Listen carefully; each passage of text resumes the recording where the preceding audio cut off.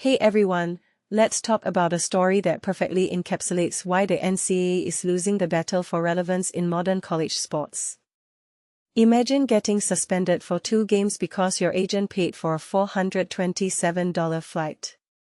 That's the reality for Tennessee linebacker Arion Carter, one of the SEC's best defenders, and honestly, this isn't just about a tiny perk. It's about an organization clinging to outdated rules while the world around it evolves. Let me break down why this situation is both absurd and deeply revealing.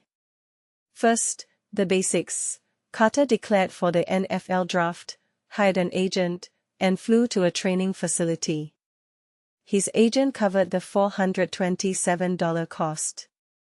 Then, after an injury derailed his draft hopes, he returned to Tennessee, repaid the money, cut ties with the agent, and now the NCAA is still punishing him with a 2-game suspension. Wait, what? He did everything they asked him to do, repaid the money, quit the draft, even walked away from the agent, and they still hit him with a penalty? This isn't accountability, it's bureaucratic pettiness. In my opinion, the NCAA isn't enforcing principles here. They're just flexing power because they can. Let's zoom out. The NIL era has turned college sports into a circus where athletes can sign with agents for endorsement deals but can't accept a free flight for a workout. Think about that.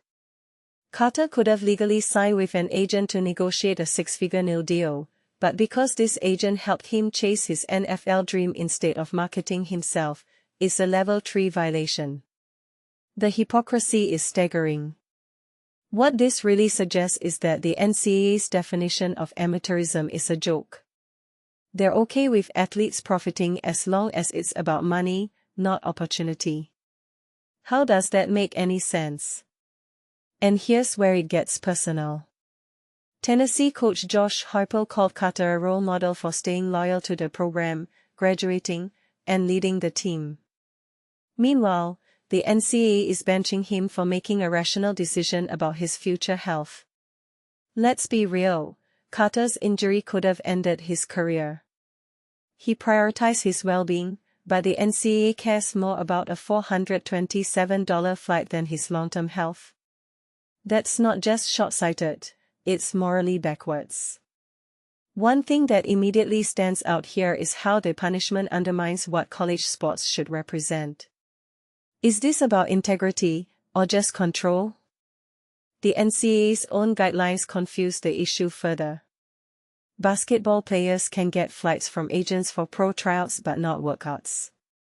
Football players. 0 exceptions. Why?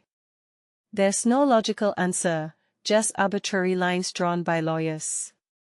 What many people don't realize is that these rules create a minefield for athletes.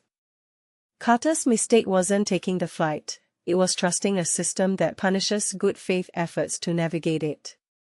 He followed the process, repaid the money, and still lost 2 games. How is that justice? Now, let's talk impact. Tennessee's linebacker depth is solid, but Carter's a leader. Losing him for games against Georgia Tech, a team with a top rushing attack, hurts. But here's the twist, this suspension might actually galvanize the team. Carter's decision to return, repay the flight, and prioritize school shows character. His teammates probably respect him more for it.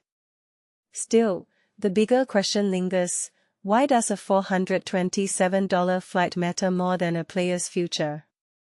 If you take a step back and think about it, the NCAA's priorities are completely inverted. They are policing pocket change while ignoring the systemic issues in college athletics. So where do we go from here? The Carter case is a symptom of an organization stuck in a perennial whirl. Until the NCAA redefines amateurism, or dissolves altogether, stories like this will keep happening. Personally, I think we're watching the slow collapse of a broken system. The athletes are winning in the end, though. Carter's already graduated, proven his loyalty, and will come back stronger. The real loser? The NCAA, which keeps proving it can't adapt to the modern era. What do you think? Should athletes like Carter face penalties for making smart decisions about their futures? Let me know in the comments, and don't forget to like and subscribe for more deep dives into the chaos of college sports. See you next time.